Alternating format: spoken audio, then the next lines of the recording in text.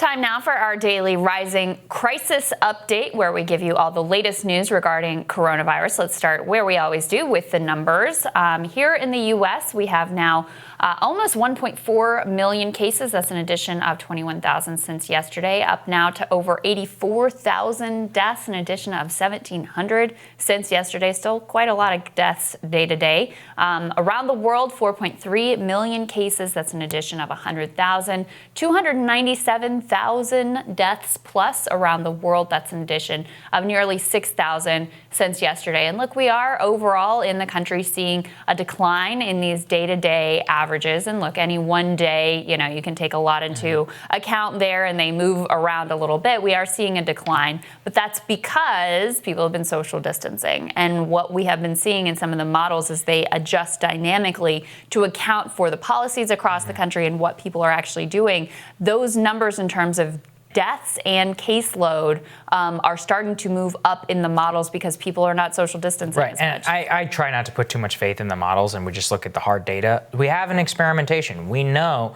that in places like Sweden, that despite the fact that there's never been a lockdown, the cases, even no matter where they are, people are still not going out and spending. So like the actual economic response, the way that people actually feel, we generally know this. Now, yeah, America's not Sweden, and 25 million more Americans, according to New York Times data, left their homes than the previous week as places began to open up. Yeah. That's still not even 1/10 of the country, people. Right. Like, that's what people need to understand. Like, to get to full is going to take so much more than what we have right now. And at the same time, while this is all happening, the Wisconsin Supreme Court has struck down Wisconsin's stay-at-home order that closed businesses to limit the spread of coronavirus. This is based on the Wisconsin governor's order shutting down the businesses, marking the first time that statewide has been actually knocked down by its own highest court. It was a 4-3 decision, and actually split along conservative and liberal lines, but one conservative justice actually deferring to the liberal side, and they joined in assent there, basically talking about how this needs to be up to the legislature, and that having the unilateral rule imposed by the governor is not one that they necessarily want. But regardless, it goes to show that there is a legal challenge whenever it comes to sort of these things. I've personally been troubled by some of the things like Phil Murphy, the governor of New Jersey, talking. He was asked, I think it was on Tucker's show, he said, who gave you the authority to shut down churches in America? Regardless whether we like it or not, on health and safety, we do have a constitution in this country. Yeah, so there were some there has to be balances here. There are some eyebrow-raising arguments that were made during, as they were hearing this case. In particular, they discounted one county's outbreak, saying, oh, well, that's just the meatpacking plant. It's not regular folks there who are impacted. Yeah, sure. The law actually gives the state health department, the way it's written, it actually does give the state health department quite a lot of leeway. And we should not forget that actually one of these conservative members has already lost their seat, but they're still in there until August. So this was, there's a lot of political ramifications in terms, obviously, of who holds these court seats. But yes, that stay-at-home order struck down, and I wonder if we'll see more challenges like this across the country.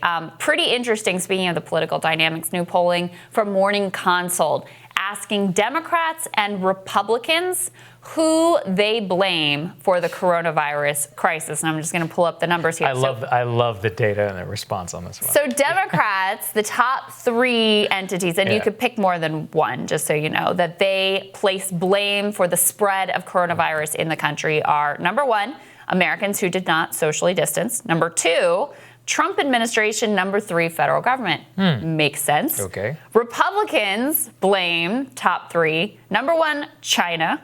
Number 2, immigrants. And number 3, it's actually sort of like a subcategory with immigrants, the way that they did the polling, Americans who traveled internationally. So just very interesting, the different ways that our partisan lenses are affecting how we are viewing this crisis unfolding. Yeah, it certainly does. I love that because, it's funny. Didn't you say blue states was also up there? Yeah, that was one. Yeah. Here's the thing. They're right. New York is the one who seeded the virus. I'm not blaming New Yorkers. I don't blame any blue state or whatever. We can blame Cuomo, but and I do blame Cuomo, de Blasio, Pelosi, and others. Failures have been bipartisan during this crisis. I do love seeing the partisan split on who people blame and don't. It just goes to show you, when we have Trump people on the show and all they talk about is China, there's a reason why. When we have Democrats on the show and all they talk about is Trump and the administration and refuse to acknowledge, same thing. But I will say, and I'll have to go back and Yeah. look at the numbers, a lot of Democrats blame China too. Right. It wasn't their number one the way it was for Republicans, but a majority of Democrats also placed some blame with China, which they should. I mean, look,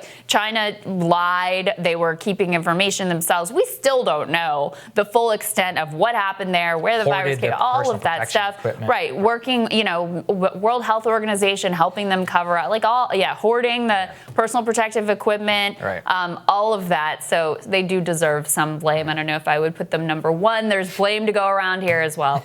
Anyway, there you go. Thank you for watching. Please make sure you subscribe to see all our latest updates along with liking and sharing, which helps other people find our videos too. Appreciate you all. See you back here tomorrow.